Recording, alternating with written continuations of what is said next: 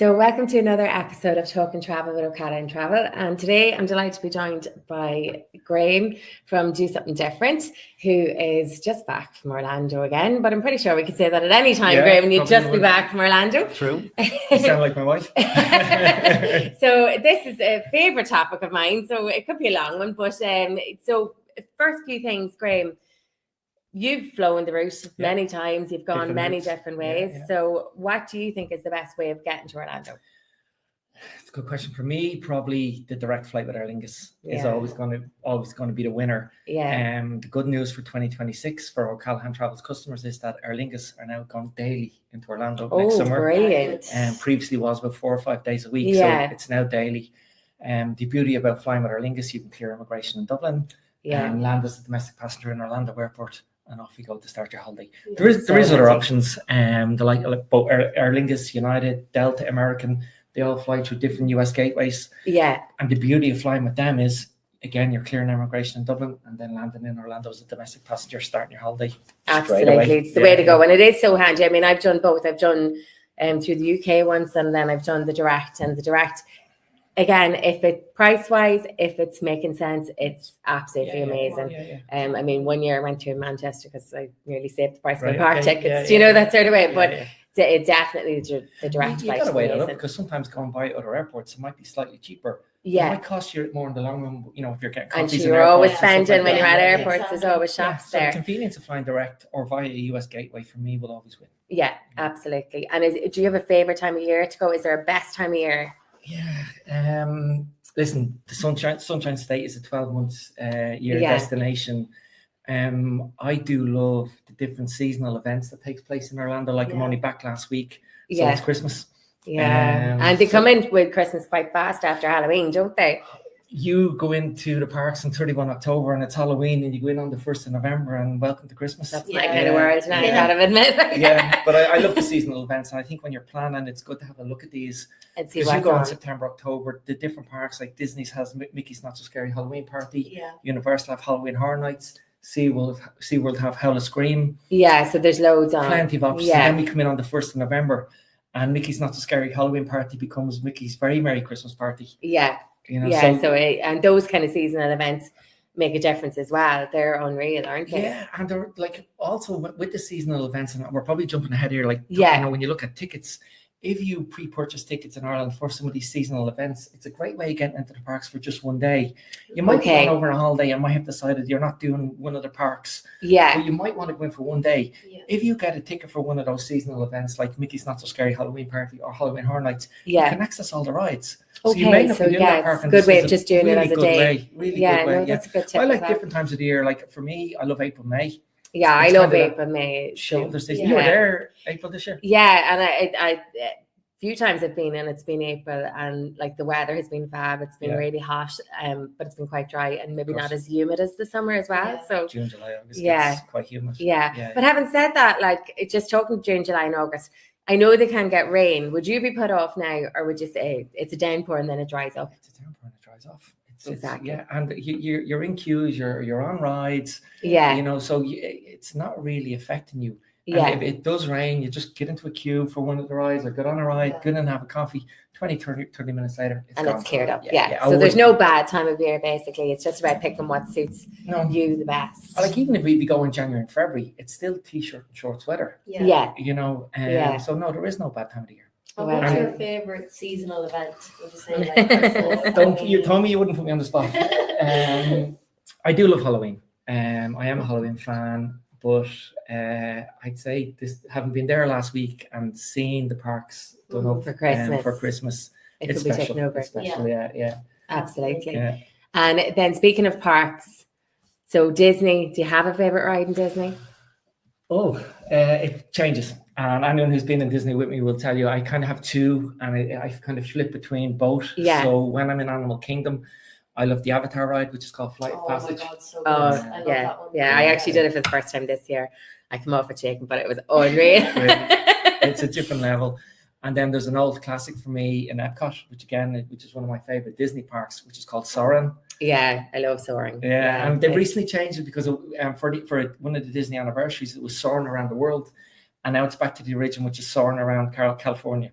Okay. Yeah. No, so I love Soarin' as well. Yeah. And just give us a brief overview. So for anybody listening that maybe doesn't know Disney, I mean, Disney Orlando is a complete other word to say Disneyland Paris. So Absolutely. yeah.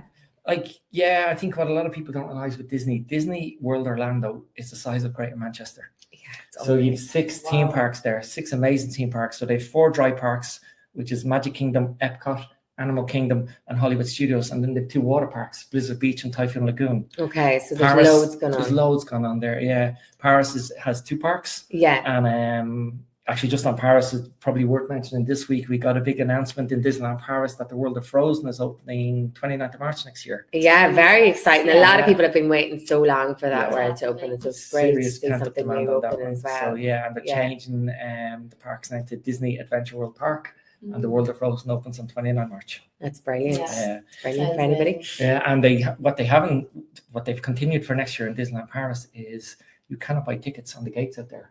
So Okay, for any so Irish you need clients to going out, pre-book. you need to pre-book with O'Callaghan Travel Yeah. before you go. You Yeah. can't rock into Paris and buy tickets Yeah. anymore. Yeah, no, you're better off anyway, I think, pre-booking Definitely. and having it done. Yeah. And then switching to Universal. Universal obviously had big news this year. It was Big a news, massive year for them. Epic Universe opened, which is the first new theme park in Orlando this century, would you believe? Oh my Yeah, God. yeah, so How is that? So it opened back in May. I was very lucky. I was there the week it opened. 5 immersive lands in one amazing theme park. It's absolutely unreal. I was down in April and they actually let hotel guests in for That's like right. a Yeah, I preview, remember that. and I was just blown away. What by was it. your favorite ride? Well, now I'm a bit tame now, so my favorite ride is Yeah. Mario Kart or something Okay, like this. yeah, It wouldn't be Stardust Racers, but it just even the lands. It's just even how immersive it is. Like even when you're in Harry Potter world, and like you're talking, and there's a picture frame talking back to you, and it's just unreal. The theming and technology has gone to a different Yeah. level, Yeah. but they've also, what I quite like what Universal have done this year is, as well as all their amazing rides, they put a lot of investment into the shows that they have. So Yeah.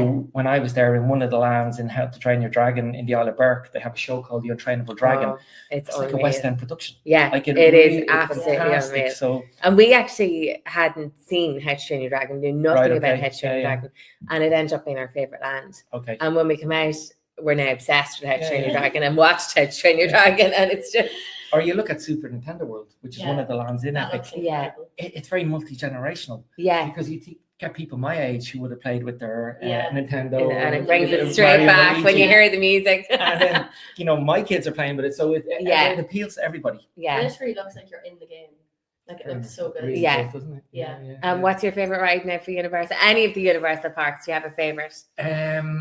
I don't have to think about this one. It's Hagrid's Magical Motorbikes Creatures Adventures. So, and not for only is so it- many. yeah, and not only is it the longest roller coaster in Orlando, it's a roller coaster with the longest name. Yeah, exactly. Yeah. It's a mouthful. But there's good news for 26 actually for now. If you had express passes in Universal, Hagrid's was the only ride that wasn't included in the express pass system, but it now is. Oh, that's Yeah, great. Brilliant. So That's a um, massive thing because the queue for Hagrid's is always so long. Yeah. So it could be worth getting the express passes just for Of course. Hagrid's alone. Yeah. And like any customers can pre-book those express passes with O'Callaghan Travel before they go. Yeah. And it's cheaper to do it here. They're so worth it, I Absolutely. think. I think so. Just get the keys. Yeah.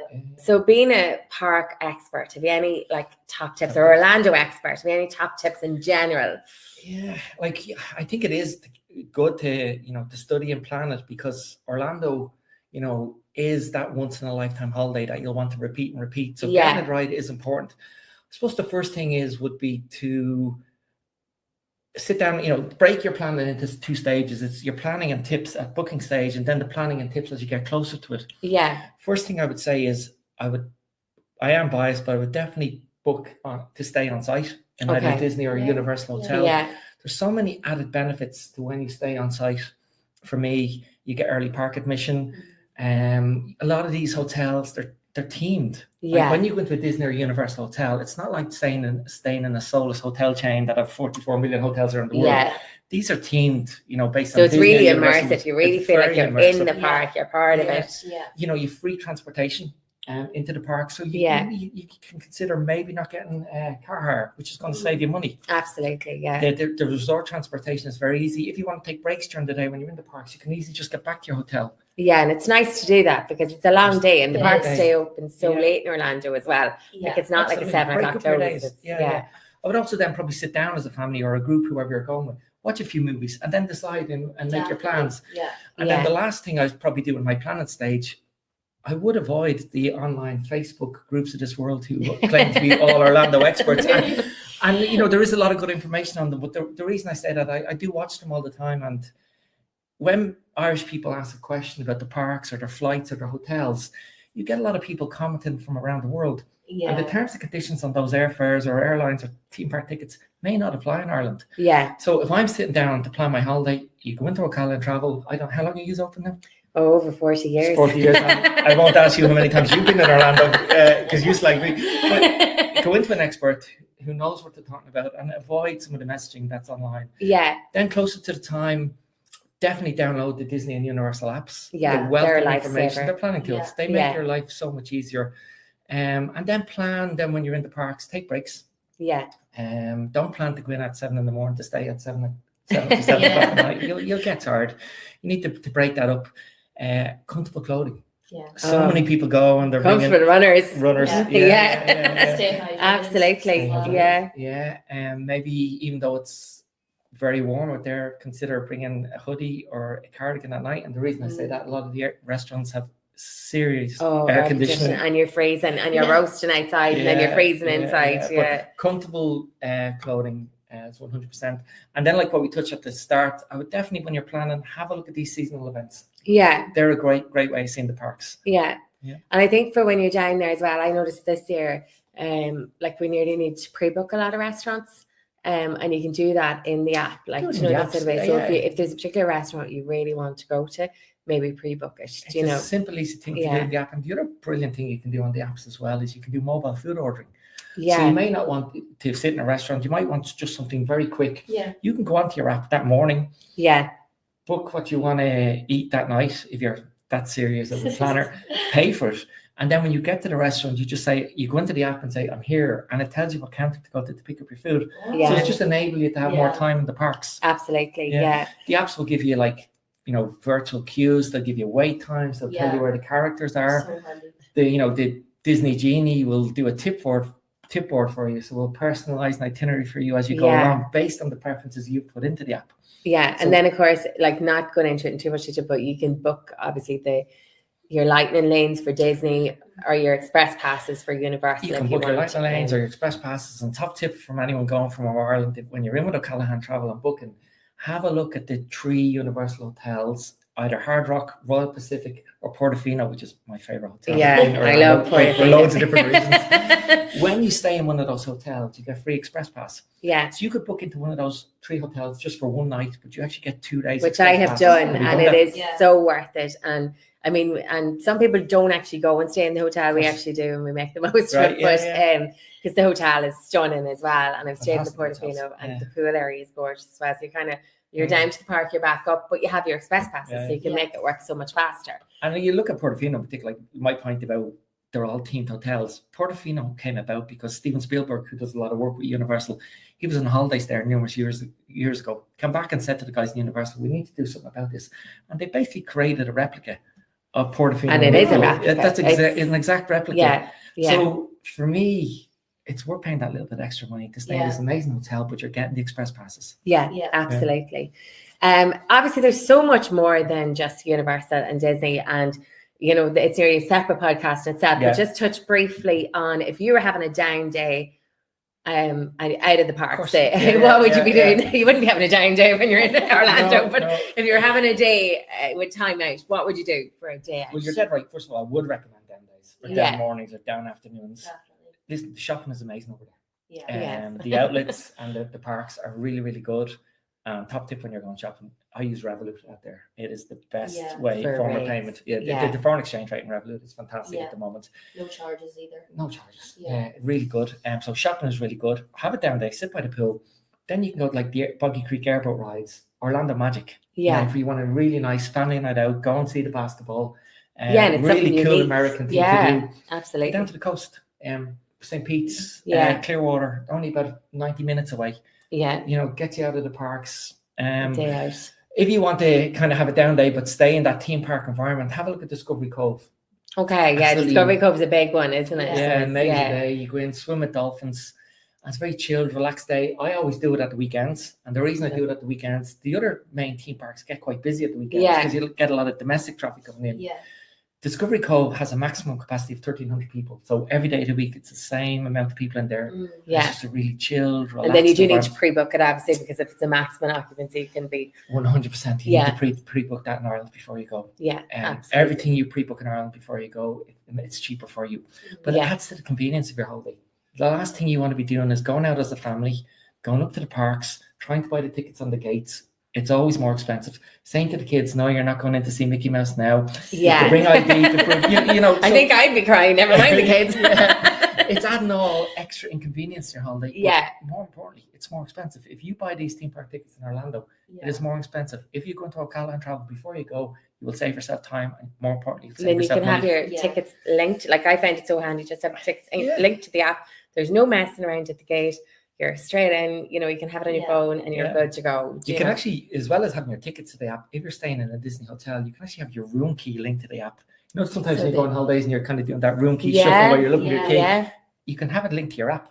So you So- just get to the hotel door and you display your phone and then you go. and you go and everything's done for you. That's Takes the way all the to go, hassle isn't away. it? Yeah, no, absolutely. Well, Graham, thanks so much. No It's been so insightful, and No sure, anybody can contact us to speak about their dream holiday to Orlando. You know as and much as start me, so that you can planning. definitely contact. Yeah. Thanks a million. Thank No you. problem.